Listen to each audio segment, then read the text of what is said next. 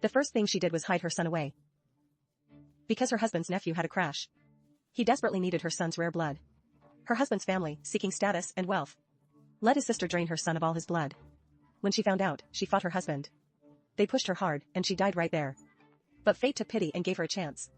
She woke up back before the accident. She held her healthy son, weeping with joy. Then she checked the date and froze in place. Today was the day the nephew's car crashed.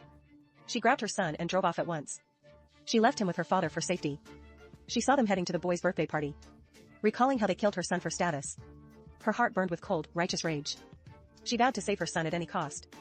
She clutched the divorce papers she had prepared, adjusted the dashcam, and stepped from the car. She told her husband their son had crashed. He needed rare blood to save his life. She begged him to have his nephew help. He flatly refused to let the boy donate. He said his sister's status meant too much. How could she let him bleed for her son? His parents only care about that nephew. Their own grandson is dying, they don't care. But when she asked for blood for her son, they immediately jumped out to protest. They claimed he is a rich man's grandson. Forget about him donating to her son. Not even a single hair can be lost. She glanced down at her watch. Her son's crash is still 30 minutes away. She turned and asked them back. If it were their grandson in the crash, and her son needed to donate blood, would they still treat her the same way? But the mother-in-law was cold and firm. She would rather die than beg her. Hearing that, she got exactly what she wanted. She told her to remember those words. Just as she turned to leave, someone grabbed her from behind. The sister-in-law arrived with her father. They already knew what was happening. She warned her not to touch her son. She would never let him spill a drop. Yi Xiaoqiao will not cross that bridge. Dead is dead. Big deal. How could noble blood ever flow through your son's veins? She thrived on draining women dry, blaming her son's crash on her abuse. She disrespected her elders. And her father-in-law, to please Chu, declared on the spot. They were cast out. Seeing Chu still dissatisfied, he ordered his son to divorce her. Truly pathetic to the core.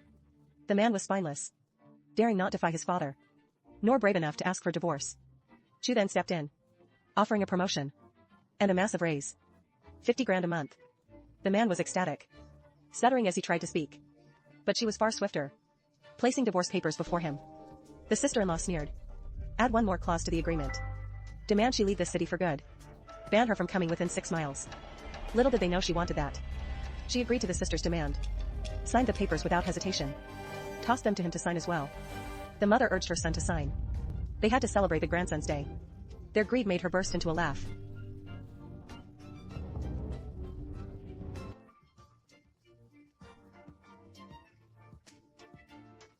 She snatched the signed papers and left, waiting for them to face their doom.